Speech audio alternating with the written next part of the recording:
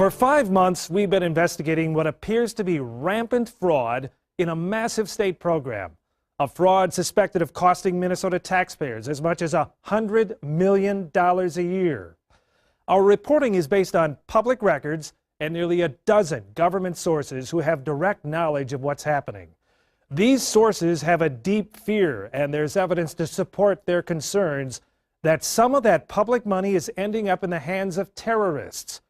We begin at Minneapolis-St. Paul International Airport, where mysterious suitcases filled with cash have become a fairly common carry-on.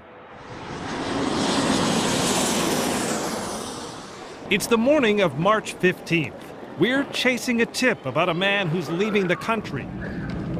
Our sources tell us he just took a carry-on bag through security that was packed with $1 million cash.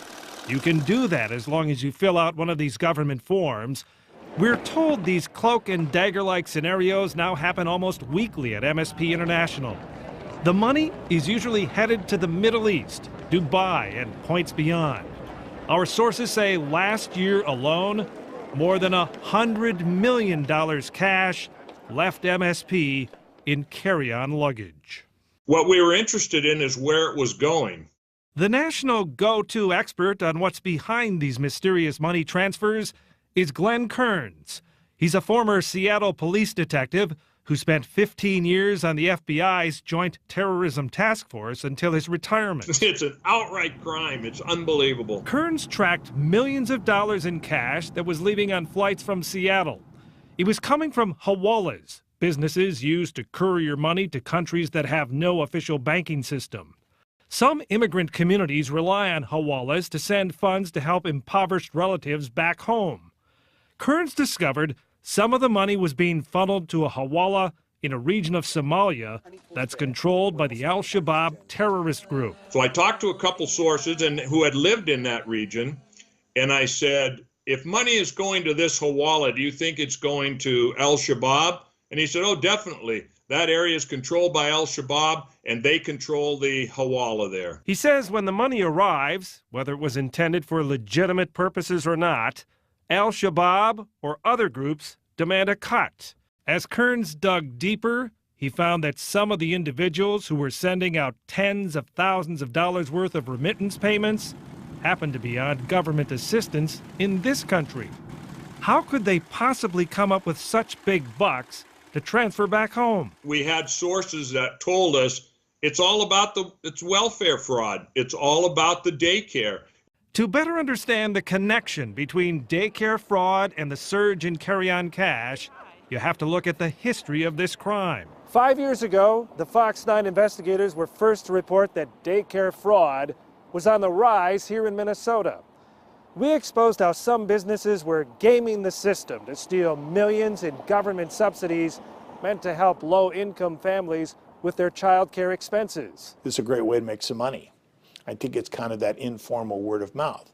In order for the scheme to work, the daycare centers need to sign up low-income families that qualify for child care assistance funding. These surveillance videos are from a case prosecuted by Hennepin County. They show parents checking their kids into a center only to leave with them a few minutes later. Sometimes no children would show up. But either way, the center would bill the state for a full day of child care. This video from that same case shows a man handing out envelopes of what are believed to be kickback payments to parents who are in on the fraud. Where was the money going? I don't know exactly where it went, but it adds up when you begin to look at how many people are involved. One recent federal case points to at least some of the money going overseas. Of the United States. This is video of Fozia Ali being sworn in as a member of the City of Hopkins Park Board. As she was taking her oath of office, she was also under investigation for wire fraud and theft of public money. State and federal agents had already raided Ali's daycare center in South Minneapolis. The business was suspected of billing the government for over $1 million worth of bogus child care services. We found records that indicated that she was collecting a significant amount of money for a much larger number of children than were actually attending the center. Did any of the money go overseas? We are aware that some of the funds went overseas, which she was cashing out money from the business. Do you have any idea what it was going for? I can't say. Can't say or don't know? I can't say. Investigators analyzed Ali's cell phone to track her activities. She'd taken a 2-month trip from Minnesota to Dubai and then Kenya, staying at times in $800 a night hotel rooms. She used an app on her phone to bill the state of Minnesota for child care services while she was out of the country. Ali pled guilty to the daycare fraud and this March started serving time in a federal prison. She declined our request for an interview. We believe that there's a scope of fraud out there that we need to really get our arms around and ensure that those dollars are going to the kids that really need them. The acting commissioner for the Department of Human Services told us his agency has 10 daycares currently under active investigation for fraud. We've learned dozens more are considered suspicious. Search warrants obtained by the Fox 9 investigators show each one of the suspect centers has received several $1 million in child care assistance funds. According to public records and government sources, most are owned by Somali immigrants. Do you have any evidence to suggest this looks like organized crime?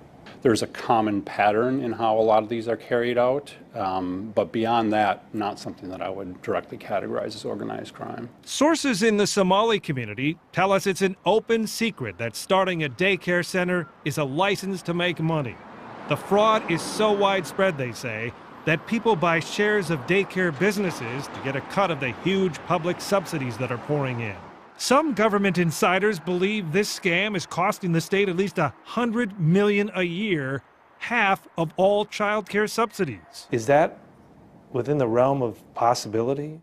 I don't think half sounds credible. I certainly think that some of the schemes that we're seeing, and certainly the ones that we've brought forward already for prosecution, involve millions of dollars. I mean, this is not a small scale that we're looking at. Minnesota started aggressively going after daycare fraud in 2014. Back then, it was easier to track the flow of money.